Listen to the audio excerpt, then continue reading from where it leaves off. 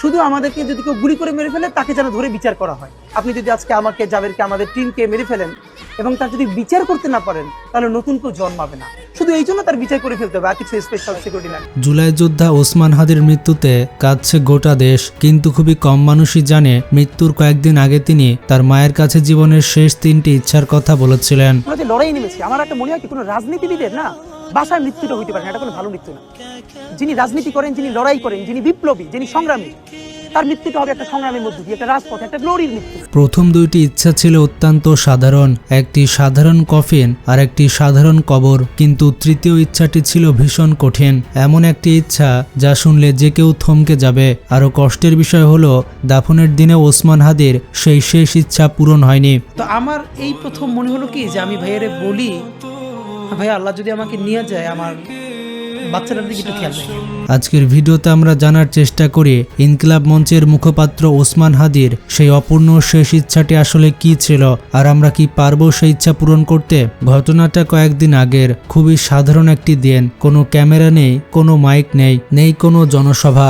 মায়ের পাশে বসেছিলেন ওসমান হাদি। সেদিন তিনি ছিলেন না কোনো আন্দোলনের নেতা, না কোনো রাজপথের যোদ্ধা। তিনি ছিলেন শুধু একজন ছেলে যে তার মায়ের সাথে জীবনের কথা বলছিল। সেদিনই হাদি তার মাকে জানিয়েছিলেন নিজের শেষ ইচ্ছাগুলো। হাদি বলেছিলেন, হারাম খেয়ে আমি এত মোটা তাজা হই নাই, যাতে আমার স্পেশাল কফিন লাগবে। খুবই সাধারণ একটা কফিনে হালাল রক্তের হাসি মুখে আমি আল্লাহর কাছে হাজির হব। এই কথাগুলো কোনো নাটক ছিল না, ছিল আত্মসম্মান, ছিল আত্মবিশ্বাস। তিনি স্পষ্ট করে বুঝিয়ে দিয়েছিলেন পার্থিব লোভ লালসা কখনো তাকে স্পর্শ করেনি, অন্যায় পথে অর্থ উপার্জনের নেশা তাকে গ্রাস করেনি কখনোই। সেই বিশ্বাস থেকেই তিনি বলতে পেরেছিলেন সেই যাত্রার জন্য একটি সাধারণ কফিনই তার জন্য যথেষ্ট। তার মানে কি আপনার জীবন ঝুঁকিতে আছে ভবিষ্যতে? অন্তত একদিনে 10টার বেশি নাম্বার থেকে সরাসরি হত্যার হুমকি দেওয়া হয়েছে, ভিন্ন ভিন্ন 10টা নাম্বার থেকে। সেই 10টা নাম্বার সহ শাহবাগ থানায় জিডি করেছি, এরপর থেকে আর এর কোনো ইমপ্রুভমেন্ট পাই নাই। এই ইচ্ছাটি পূরণ হয়েছিল কোনো চকচকে আয়োজন নয়। সিঙ্গাপুর থেকে একটি সাধারণ কফিনে মাতৃভূমিতে ফিরিয়ে আনা হয় ওসমান হাদিকে। বিমানবন্দরে সেই কফিন গ্রহণ করতে গিয়ে আবেগে ভেঙে পড়েন জুলাইয়ের সহযোদ্ধারা। এনসিপি নেতা হাসনাত আবদুল্লাহকে দেখা যায় কান্নায় ভেঙে পড়তে, চোখ মুছতে দেখা যায় ডাকসুর ভিপি সাদিক কায়েমকেও। তাদের চোখের জল যেন আবারও জ্বালিয়ে দেয় দিল্লির আধিপত্যবাদের বিরুদ্ধে সেই অসমাপ্ত বিপ্লবের আগুন, যে বিপ্লব বুকে ধারণ করে রাজপথে দাঁড়িয়েছিলেন হাদি। ওসমান হাদি তার আরেকটি ইচ্ছার কথাও মাকে জানিয়েছিলেন। তিনি চেয়েছিলেন তার দাফন যেন তার বাবার কবরের পাশে হয়। ধর্মপ্রাণ ইমাম ও মাদ্রাসা শিক্ষক, বাবার পাশে নিজের শেষ আশ্রয় চেয়েছিলেন এই তরুণ যোদ্ধা। মাত্র 33 বছরের জীবনে ফ্যাসিবাদ, স্বৈরাচার আর অপশাসনের ভীত কাঁপিয়ে দেওয়া এই মানুষটি শহরের দামি কবরস্থান চাননি।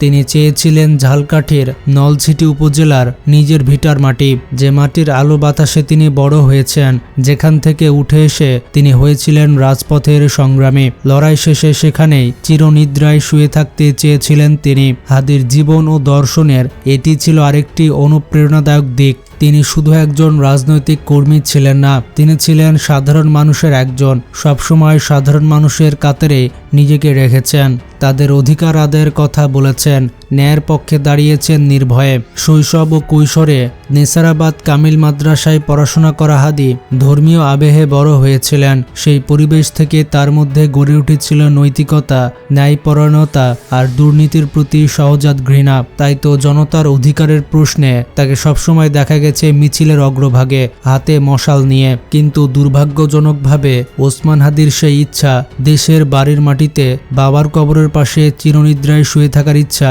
তা পূরণ হয়নি। তার দাফন দেশের বাড়িতে হয়নি, আর এখানে রয়ে গেল ওসমান হাদির জীবনের সবথেকে বেদনাদায়ক অপূর্ণতা। বৃহৎ আবেগ ও আদর্শের কথা বিবেচনা করে ওসমান হাদির কবর খোঁড়া হয়েছে আরেক আজীবন বিপ্লবীর পাশে, আমাদের জাতীয় কবি কাজী নজরুল ইসলামের সান্নিধ্যে। পরিবারের সম্মতি ও ইচ্ছায় নিজের প্রিয় শিক্ষাঙ্গন ঢাকা বিশ্ববিদ্যালয়ে চিরনিদ্রায় শুয়ে পড়েছেন বাংলাদেশের স্বাধীনতা ও সার্বভৌমত্বের এক নতুন প্রতীক ওসমান হাদি। 20 ডিসেম্বর জুম্মার নামাজের পর জাতীয় সংসদের দক্ষিণ প্লাজায় অনুষ্ঠিত হয় হাদির জানাজা। সেখানে উপস্থিত ছিলেন প্রধান উপদেষ্টা ডক্টর ইউনূসের রাষ্ট্রের গুরুত্বপূর্ণ ব্যক্তিবর্গ। কিন্তু সবকিছুকে ছাপিয়ে যায় সাধারণ মানুষের ঢল। সেই জনশ্রুতি বলে দিচ্ছিল কতটা জনপ্রিয় ছিলেন এই তরুণ নেতা, যিনি সংসদে প্রবেশ করে বাকি 299 জন সংসদ সদস্যের চোখে চোখ রেখে কথা বলার দুঃসাহস রাখতেন। জাতীয় পতাকায় মোড়ানো ওসমান হাদির লাশ যখন কবরের দিকে নিয়ে যাওয়া হচ্ছিল, চারপাশের পরিবেশ তখন এক শোকাতুর গাম্ভীর্যে ভরে ওঠে। বাতাসে ছিল নীরবতা, চোখে ছিল অশ্রু, আর হৃদয়ে ছিল এক অসমাপ্ত বিপ্লবের ভার। এবার শুনুন ওসমান হাদির তৃতীয় ইচ্ছাটির কথা।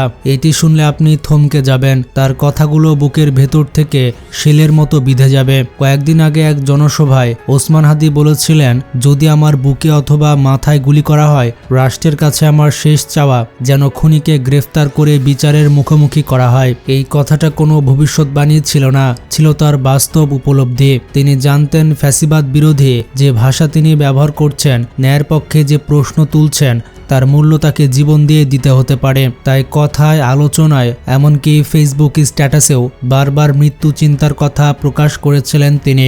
আর আশ্চর্যের বিষয় হলো, হাদির সেই উপলব্ধি বাস্তবে রূপ নিল।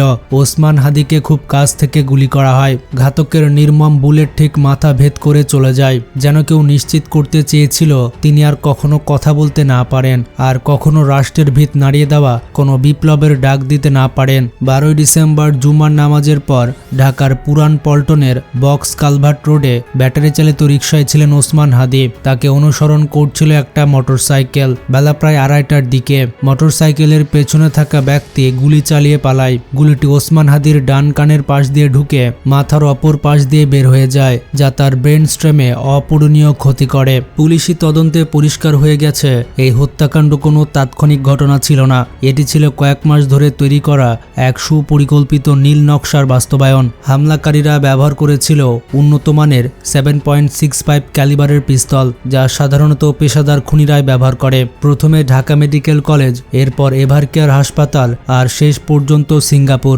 চিকিৎসার এই দীর্ঘ পথ পেরিয়েও শেষ পর্যন্ত থেমে যায় ওসমান হাদির জীবন সংগ্রাম। অবশেষে দীর্ঘ এক সপ্তাহের লড়াই শেষে হেরে যায় হাদির শরীর। 18 ডিসেম্বর সিঙ্গাপুরের জেনারেল হাসপাতালে মহান রব তাকে শহীদ হিসেবে কবুল করে নেন। কিন্তু পার্থিব শরীর হেরে গেলেও হেরে যায়নি হাদির আদর্শ, হেরে যায়নি তার স্বপ্ন কিংবা সংগ্রাম। আর সেই কারণেই ওসমান হাদির মৃত্যুতে সমগ্র দেশ জুড়ে আশ্রে পড়েছে বিক্ষোভের ঢেউ। হত্যাকারীর বিচারের দাবিতে শাহবাগ অবরোধ করে চলছে ছাত্র জনতার আন্দোলন। আবেগ নিয়ন্ত্রণ করতে না পেরে জনতা হামলা করেছে প্রথম আলো এবং ডেইলি স্টারের মতো প্রতিষ্ঠানগুলোর ওপরে। কিন্তু সবকিছুর মধ্যেও একটি প্রশ্নই সবচেয়ে বেশি কাঁদাচ্ছে দেশবাসীকে। এত বড় একটি হত্যাকাণ্ডের পরও আজ পর্যন্ত কেন ধরা পড়ল না খুনি? ঘটনাস্থলে ক্যামেরা ছিল, মানুষ ছিল, আইন শৃঙ্খলা বাহিনী ছিল, তবু ওসমান হাদিকে গুলি করে কিভাবে নির্বিঘ্নে পালিয়ে গেল ঘাতক এবং তার সহযোগী? হত্যাকাণ্ডের পরপরই আইন শৃঙ্খলা বাহিনী ব্যাপক অভিযান চালিয়ে 14 জনকে গ্রেফতার করেছে। কিন্তু মূল খুনি ফয়সাল করিম মাসুদ এখনও পলাতক। তদন্তে বেরিয়ে এসেছে ফয়সাল করিম মাসুদ নিষিদ্ধ ঘোষিত ছাত্রলীগের একজন সক্রিয় নেতা। হত্যাকাণ্ডের মাত্র 12 ঘন্টার মধ্যেই সে সীমান্ত অতিক্রম করে ভারতে পালিয়ে যেতে সক্ষম হয়। এই পালানোর প্রক্রিয়ায় তাকে সহায়তা করেছিল সিমরন ডিউ এবং সঞ্জয় চিসিম নামের 2 জন মানব পাচারকারী, যাদের হালুয়াঘাট সীমান্ত এলাকা থেকে গ্রেফতার করা হয়েছে। মাসুদের বাবা মা ও স্ত্রীকেও গ্রেফতার করে ইতিমধ্যে রিমান্ডে নেওয়া হয়েছে। কিন্তু মূল খুনিকে গ্রেফতার না করতে পারায় এর দায় প্রফেসর ইউনূসের সরকার কোনোভাবে এড়াতে পারে না। নলছিটির ছোট্ট যে ছেলেটি ভারতের আধিপত্যবাদকে চ্যালেঞ্জ ছুড়ে দিয়ে অনেকের রাতের ঘুম হারাম করে দিয়েছিল, তার খুনিকে আশ্রয় দিয়েছে ভারত। এমন ধারণায় আরো ক্ষুব্ধ হয়ে উঠেছে বাংলাদেশের জনগণ। ওসমান হাদি চলে গেছেন, কিন্তু তার তৃতীয় ইচ্ছাটি এখনো বেঁচে আছে। রাষ্ট্রের সামনে এখন একটাই পথ খোলা, সাধারণ কফিন আর সাধারণ কবরের মতোই ওসমান হাদির শেষ ইচ্ছেটিও রাষ্ট্রকে পূরণ করতে হবে। কারণ ওসমান হাদি অসম্ভব কিছু চাননি। তিনি শুধু চেয়েছিলেন যদি তাকে হত্যা করা হয় তাহলে খুনিকে গ্রেফতার করে বিচারের মুখোমুখি আনা হোক। এই ইচ্ছাটি পূরণ করতে না পারলে অন্তর্বর্তী সরকার জনগণের কাঠগড়ায় অপরাধী হয়ে থাকবে।